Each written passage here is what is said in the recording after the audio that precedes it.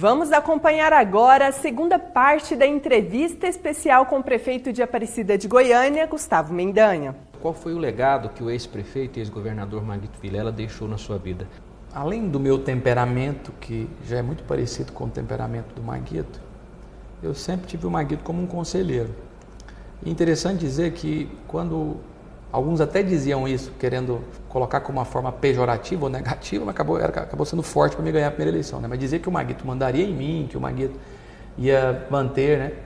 E já no final da gestão do Maguito, obviamente, em gratidão, em reconhecimento, e mais do que isso, sabendo que o Maguito, da capacidade administrativa, política do Maguito, eu busquei muito no Maguito conselhos para formar a equipe. E aí eu vou dizer dos ensinamentos que o Maguito me trazia, né? O Maguito falou: Gustavo, a equipe é sua. Se tiver alguém da minha equipe que você acha que vai lhe ajudar, eu avalizo todos, mas é você que vai formar a equipe. O Maguito era um cara extraordinário, humano, né? Então, o Maguito sempre me deu muitas lições. E eu tinha ele como um conselheiro. Em momentos difíceis, eu sempre recorri a ele, né, para ser um balizador nas minhas decisões. Mas o Maguito nunca insurgiu contra nada, o Maguito nunca fez nenhum pedido. Maguito, Gustavo, deixa fulano, Gustavo, faz isso, Gustavo, tal.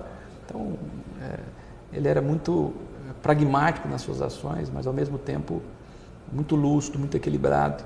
E ele não só deu a oportunidade de eu me tornar prefeito, mas ele me ajudou muito, né, a ter essa forma equilibrada, moderada, lúcida de viver e de lidar com as situações do dia a dia na minha vida. Gustavo Mendanha, o MDB está na cota do maior partido do Estado. E pelo que tudo indica, o mexer aí desse xadrez, ele ficará mesmo fora da disputa eleitoral para o governo. Maguito Vilela dizia que partido político é igual time de futebol. Se não entrar em campo, não ganha jogo. Aí eu pergunto ao senhor, como o senhor avalia essa decisão do MDB em não entrar em campo com um candidato a governo em 2022? Acho que é equivocada. Isso que já passou, né? Eu deixei o MDB muito em função disso. Você imagina a seleção brasileira se em momentos difíceis não disputasse a Copa do Mundo. Provavelmente não teríamos a quantidade de título que nós temos. Aliás, em alguns anos que todos diziam que a seleção brasileira não teria chance nenhuma, ela ganhou a Copa do Mundo. Assim o MDB, um partido grande. O Maguito sempre disse isso. O Maguito até ele ia além, né? O Maguito dizia que seria interessante que todo partido político pudesse lançar candidato majoritário para que as pessoas nesse universo de candidato poderiam fazer a escolha. E aí no segundo turno, né, você teria mais condições de avaliar os dois principais, né? Então acho a pena, não concordo com a direção, nem por isso deixei de ter respeito pelo Daniel, mas lutei muito para que pudesse ter uma decisão que fosse democrática, que pudesse ouvir a todos, mas discordo da direção, mantenho o respeito, mas prefiro não participar desse casamento, que ao meu ver tem uma separação iminente. Em breve vamos ver novamente, até porque são partidos, mais do que isso, são pessoas que pensam antagonicamente. Lamento muito, né? Deixei o partido que fui filiado há mais de 20 anos, que me identifico muito, mas de fato não tenho condições de permanecer no partido com essa decisão tomada. Quando o prefeito fala de casamento, ele está se referindo à ida do Daniel Vilela, presidente do MDB, com a pré-candidatura de vice-governador do pré-candidato e então governador de Goiás, Ronaldo Caiado. Falando em Daniel Vilela, o rompimento entre vocês é definitivo?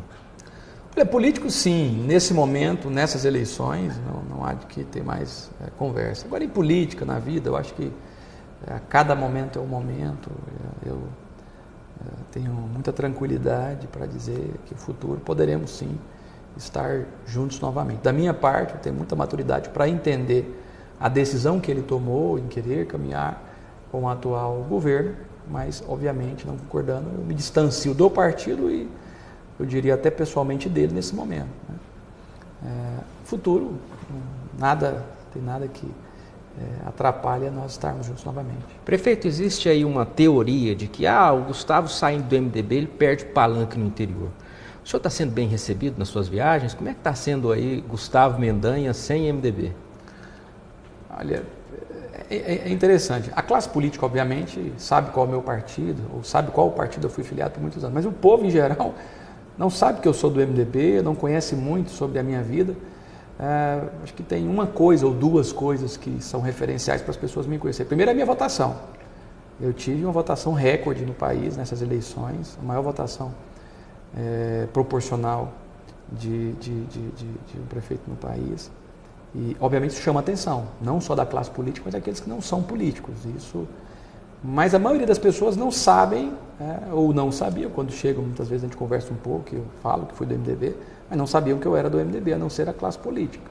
E a segunda foi a forma que nós tratamos a Covid, com muito equilíbrio, com muita lucidez, colocando no lugar das pessoas, valorizando a opinião das pessoas. Isso, enfim, me faz também muito conhecido, porque foram duas coisas que, vou dizer até que não chegou não só no estado de Goiás, mas expandiram até para outros estados da federação. Antes de encerrar, só temos mais duas perguntas aqui. Essa eu faço questão de mencionar porque foi uma informação que li e achei interessante de uma reportagem onde diz que a sua gestão pretende asfaltar todos os bairros habitados de Aparecida. Como fazer isso? Olha, primeiro pela gestão equilibrada que nós temos, eu já disse isso no início, né? Nós temos condições de pleitear financiamentos para poder fazer isso. Do governo do estado, nós nunca esperamos nada e não vai ser agora que nós vamos esperar. O governo federal tem, de alguma forma, ajudado a cidade através das emendas, que são importantes e que têm, de alguma forma, colaborado. Os deputados federais e dos senadores, praticamente todos os deputados federais colocaram emendas para a cidade, e embora, nesses últimos anos, as emendas foram destinadas praticamente à saúde, que eu reconheço a necessidade de fazer isso, e os senadores da mesma forma.